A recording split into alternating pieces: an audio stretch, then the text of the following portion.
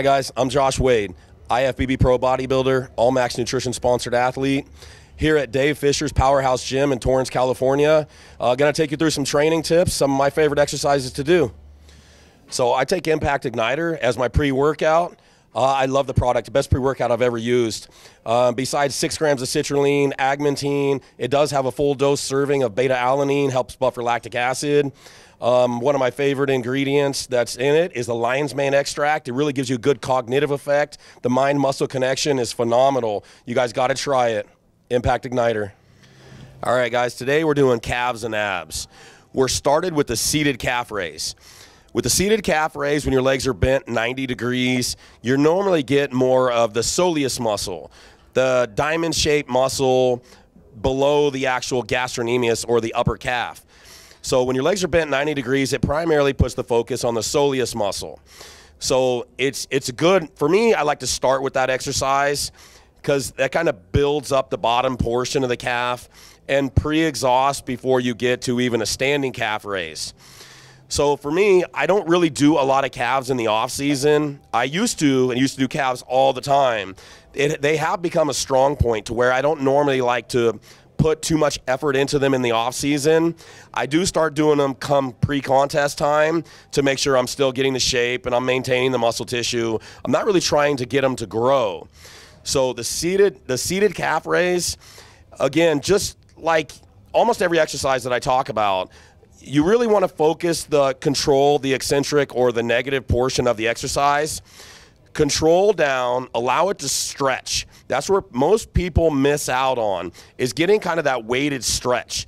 Pause on the stretch, explode up, and try to hold up on the toes. That's normally the best way to get the activation of the calf. All right, next exercise we're doing is the standing calf raise.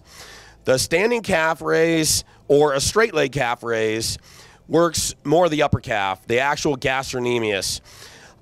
It can be done on a standing calf raise. It can be done on a leg press. Anytime your legs are straight, it's going to work more of the upper calf. Again, I always like to control the descent, pause on the stretch, really get that forceful stretch, explode off, and try to hold on the top. I do this slightly differently. I feel a lot better activation when I'm slightly pigeon-toed. I angle my toes in, almost squeezing my knees together. And then the number one trick is try to push through your big toe. Rise up on the big toe. The calf will normally want to flare out. Your legs are going to want to flare out, and you're going to end up on the pinky toes. If you really try to connect with pushing up through the big toes, you're going to feel more calf activation on the outside head of the calf, which is normally neglected because everybody rolls the toes apart.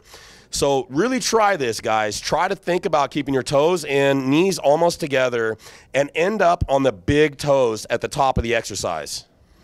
All right, the first exercise for abs is what I call a straight leg torso push. I'm really not sure of the name of it, but it's almost like a hybrid of a leg raise into a torso push.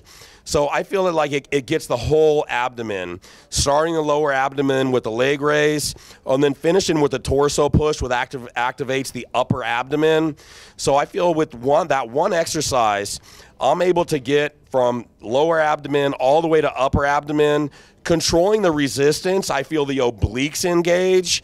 So it's also, if you're trying to draw your abdomen in, it's also getting the transverse abdominis, the inner portion of the abs, which is going to try to keep the waist, the band around the waist a little tighter. So I feel like this one exercise is a great starting exercise to really work every abdominal muscle you have. All right, the last exercise for abs, I'm just doing a lying leg raise. With the lying leg raise, I like to roll my shoulders up, so I'm keeping my back flat against the pad, so I'm not creating an arch. That's keeping constant tension on the lower abdomen, and then I normally have a fairly short motion where I never lose tension off the lower abdomen, because primarily that's an area that needs to be worked. The tighter it is, I feel like the smaller it might make your waist. So I try to keep constant tension on the lower abdomen. I feel like I get enough upper ab work from even the straight leg torso pushes or a standard crunch. So leg raises can be done. I prefer lying. I can really focus a lot more. Hanging leg raises are a good variation of it as well. I just feel like as a lying variation, I can keep more focus on the lower abdomen, and I'm able to feel the muscle work. So sometimes I'll touch the lower abdomen and make sure I feel that activation. And I feel like minimal ab work is needed as long as you're hitting them from those directions. All right, guys, that's a wrap.